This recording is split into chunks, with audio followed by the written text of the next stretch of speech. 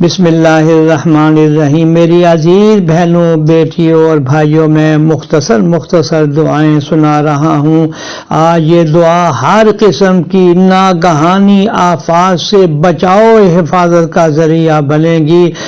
حضرت صلی اللہ علیہ وسلم نے فرمایا، اور اس کی روایت کرنے والے حضرت عثمان بن عفان رضی اللہ تعالیٰ عنہ ہیں کہ جو شخص ہر روز صبح اور شام پابندی سے یہ دعا 3 دفعہ پڑھ لے، اسے کوئی چیز نقصان نہیں پہنچائے گی، یعنی وہ کسی حادثے کا شکار نہیں ہوگا۔ اور وہ یہ کلمات ہیں، وہ توجہ سے سن لیجئے، بچوں کو بھی بچیوں کو بھی سکھائیے۔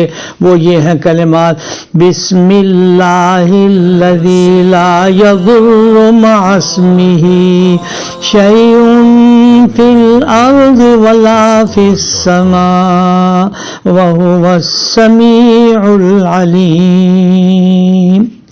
یہ روایت حضرت عثمان کے صاحبزادے حضرت ابان بن عثمان نے نقل کی، اور اس وقت حضرت ابان پر فالج کا حملہ ہوا تھا، جس سے ان کا جسم متاثر تھا۔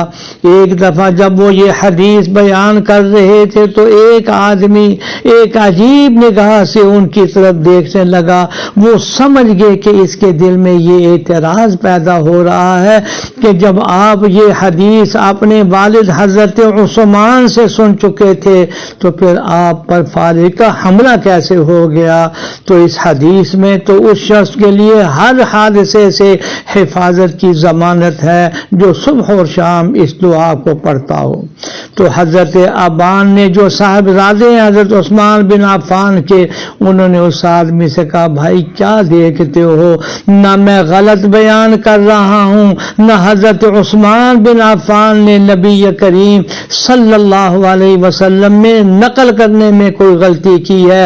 یہ حدیث بالکل صحیح ہے، اور اس میں جو وعدہ ہے وہ بھی برحق ہے۔